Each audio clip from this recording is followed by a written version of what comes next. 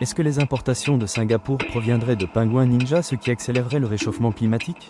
Les chiffres internationaux montrent une anomalie comptable intrigante, des volumes de revente qui dépassent la quantité réceptionnée. Une incohérence qui, dans n'importe quel audit énergétique, ferait lever un sourcil. À l'écran, une carte mondiale apparaît. Réserves prouvées de pétrole par État en 2018. Arabie Saoudite, Venezuela, Canada.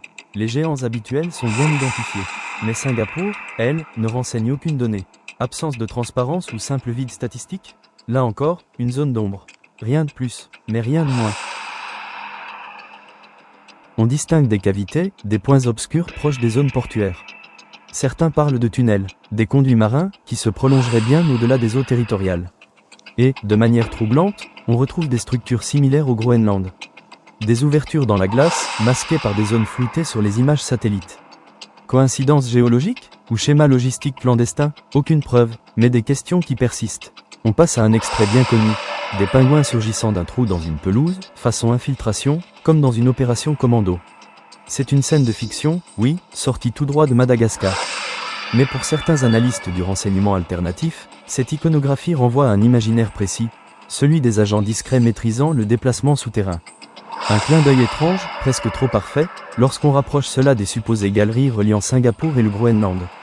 Des images filmées sur place montrent des pingouins, ou du moins, ce qui ressemble à des pingouins, dans des zones interdites d'accès, à proximité de structures pétrolières. Ils se déplacent en formation, rapide, presque coordonnée. Le surnom est né naturellement, les pingouins ninja, une unité animale, entraînée, spécialisée dans les incursions de forage sauvage. Ils opéreraient la nuit, récupérant du brut sous couvert de la banquise, avant de réinjecter la ressource dans des circuits opaques. Le tout, évidemment, illégal au regard du droit maritime international et des conventions sur l'exploitation arctique. Et si, derrière le miracle économique singapourien, se cachait une opération secrète d'extraction animale? Et si ces exportations, supplémentaires, n'étaient que le fruit d'un approvisionnement non déclaré? Aucune autorité ne confirme, aucune instance ne réfute non plus, faute d'interpellation tangible. Alors, que reste-t-il? Un faisceau d'indices étranges, des coïncidences troublantes, et cette question, qui résonne encore. Comment Singapour peut-elle vendre plus de pétrole qu'elle n'en reçoit?